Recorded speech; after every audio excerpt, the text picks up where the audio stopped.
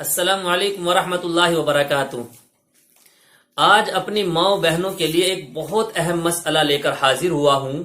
وہ یہ ہے کہ ناپاکی کے ایام میں اللہ کا ذکر کرنا، درود شریف پڑھنا، تسبیح پڑھنا، کلمہ پڑھنا، ذکر و اذکار کرنا، استغفار کرنا، ہماری روز مرہ کی جو دعائیں ہوتی ہیں ان دعاؤں کا پڑھنا، سونے سے پہلے آیت الکرسی کا پڑھنا، چار قل اور سورہ فاتحہ ان کا پڑھنا، یا پھر اذان کا جواب دینا وغیرہ وغیرہ۔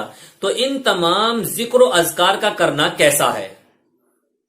تو میں آپ کو بتا دوں کہ قرآن کریم کی وہ آیتیں جن کو بطور دعا کے پڑھا جاتا ہے، مثلا سورہ فاتحہ کو دعا کے طور پر پڑھتے ہیں، چار قل کو دعا کے طور پر پڑھتے ہیں، آیت الکرسی کو دعا کے طور پر پڑھتے ہیں، تو وہ تمام آیتیں جو دعا کے طور پر ہم پڑھتے ہیں تو بلا کراہت ناپاکی کے دنوں میں بھی ان کا پڑھنا درست ہے۔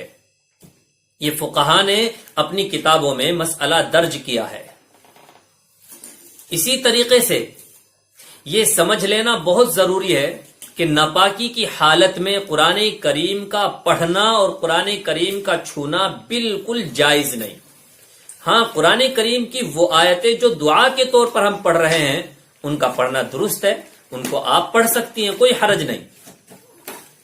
لیکن تلاوت کی نیت سے ہم قرآن کریم کی ایک آیت بھی نہیں پڑھ سکتے۔ دعا کے طور پر دعا کی نیت سے قرآن کریم کی آیت ہم پڑھ سکتے ہیں، اس میں کوئی حرج نہیں۔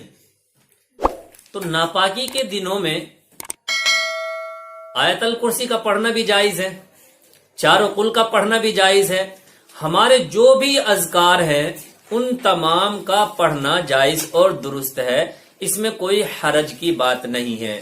امید کرتا ہوں یہ مسئلہ بالکل کلیئر ہو گیا ہوگا۔ اس کلپ کو شیئر ضرور کریں۔ السلام علیکم ورحمۃ اللہ وبرکاتہ۔